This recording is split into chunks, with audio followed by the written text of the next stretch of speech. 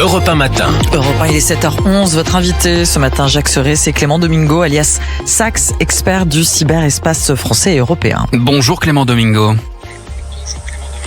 Bonjour Jacques Serret. Merci d'être avec nous ce matin en direct sur Europe 1. Le système informatique des impôts a été piraté. Bercy a confirmé hier soir qu'un intrus était entré fin juin et qu'il a pu consulter et extraire des données concernant des particuliers et des professionnels. Or, cette administration concentre les revenus, les adresses, la composition familiale de presque tous les Français. Ce matin, Clément Domingo, à quel niveau de gravité sommes-nous? Est-ce qu'on peut parler d'une cyberattaque potentiellement sans précédent en France? Je suis hélas au regret de vous dire que on est peut-être en train de vivre, Jacques Serret, la cyberattaque la plus grave de l'histoire de France. On connaissait déjà celle de l'ANTS, l'Agence nationale des titres sécurisés, mais avec les impôts qui viennent de tomber, on a peut-être vraiment la cyberattaque la plus grave, la plus sensible, avec, on sait un peu le niveau d'information hypersensible que détient la Direction générale des finances publiques. Et donc cette cyberattaque est en effet la plus grave. Pourquoi est-ce si grave? Si un hacker a eu accès à ces données, quelles peuvent être les conséquences, les risques aujourd'hui? Plusieurs raisons, plusieurs choses. La première, parce que là, déjà, on détient vraiment un niveau assez fin d'information, aussi bien la quote-part, aussi bien le niveau de revenu, mais au-delà de ça, un peu tous les échanges qu'ont pu avoir les personnes concernées. Donc là, je rappelle, pas loin vraiment de 700 000 personnes, individus comme entreprises en France touchées par cette cyberattaque quand même que l'administration fiscale a détecté et pu quand même un peu stopper au bon moment, mais surtout au-delà de ça, en termes de risque, on peut avoir, donc ces gens peuvent s'attendre quand même à recevoir des coups de téléphone assez bien menés, donc par d'autres cybercriminels, par d'autres arnaqueurs qui se feront passer pour l'administration fiscale, qui pourront leur soutirer d'argent. Mais au-delà de ça, je fais quand même un peu référence à d'autres cyberattaques déjà survenues, comme la Fédération française de tir, comme aussi les crypto-rap. Donc on peut s'attendre, hélas, que des gens puissent se faire cambrioler, puissent se faire aussi séquestrer, parce qu'on a aussi surtout le seuil d'imposition qui vont, entre guillemets, de 100 000 jusqu'à 1 million d'euros. Les impôts avaient détecté cette fuite dès la fin du mois de juin.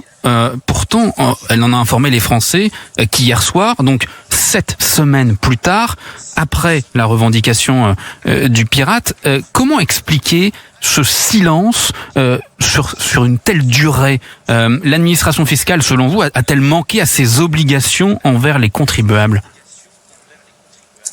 Et ben là, écoutez, Jacques Serret s'ouvre d'énormes questions auxquelles l'administration fiscale, auxquelles aussi le ministre David Amiel, peut-être aussi le président devront un peu répondre, parce que légalement, en France, on a vraiment ce délai de 72 heures qui est imposé par la CNIL, donc la Commission nationale informatique et liberté, qui se porte un peu garant de nos données personnelles, où on va dire vraiment cette revendication aurait dû être fait au niveau de la CNIL, et surtout les personnes concernées par cette cyberattaque au niveau des impôts auraient dû être pour le coup vraiment concernées et alertées, sauf que on se rend compte quand même que pas loin de un mois et demi après, ça n'a pas été le cas. Donc l'administration fiscale a dû, comme vous l'avez souligné à l'instant, après que le cybercriminel ait revendiqué la cyberattaque, mais surtout depuis hier, les données sont en vente. Et là dernièrement, les informations que j'ai, c'est que aujourd'hui on a quand même des prix qui varient entre 50 000 à 100 000 euros pour vendre une base de données quand même, je le rappelle, qui est des plus critiques en France. Donc il faudra un peu dire pourquoi l'administration fiscale en France a mis tant de temps avant de réagir, et surtout pourquoi ce signalement n'a pas été fait au niveau de la CNIL. Tant de questions qu'il faudra vraiment que l'on puisse élucider. Et je rappelle quand même qu'on est vraiment, vous savez, dans un moment assez critique, où pas loin pas plus tard encore que la semaine dernière, on parlait beaucoup de ces ingérences étrangères avec la Russie. Et je pense qu'hélas qu'un nouvel épisode comme celui de l'administration fiscale viendra encore peut-être rajouter encore plus de craintes, plus de questionnements autour de la table. Clément Domingo, je rappelle que vous êtes expert du cyberespace français et européen, mais comment vous expliquez ce silence? Est-ce que vous l'interprétez comme une volonté de ne pas ébruiter dans un premier temps cette fuite massive ? Il y a plusieurs explications. Je l'interprète de plusieurs manières. Déjà, il faut quand même se dire qu'on est en pole position. On est vraiment le premier pays en Europe à avoir le plus de fuites d'informations et quand même le deuxième pays dans le monde derrière les États-Unis. Sauf que ça ne date absolument pas d'hier. Ça fait maintenant plus de 2 ans, plus de 3 ans que la France est quand même vivement attaquée et attaquée surtout par des cybercriminels français qui sont par ailleurs des adolescents. 13, 14, 15, 16, 17, des adolescents, 18, 19, 21. Donc il y aura, je pense, un vrai sujet à traiter autour de ça, mais surtout, je pense aussi que peut-être, et là je suis encore terriblement horrifié de m'exprimer sur votre antenne en disant peut-être que la France ne prend pas assez encore en directement vraiment ce sujet-là autour des cyberattaques. En tout cas, il faudra faire quelque chose. Mais je pense aussi que ce silence-là, on ne peut absolument pas en 2026 et pour les années à venir essayer de mettre la poussière sous le tapis. Il faut être transparent et surtout quand il s'agit quand même vraiment d'informations les plus sensibles.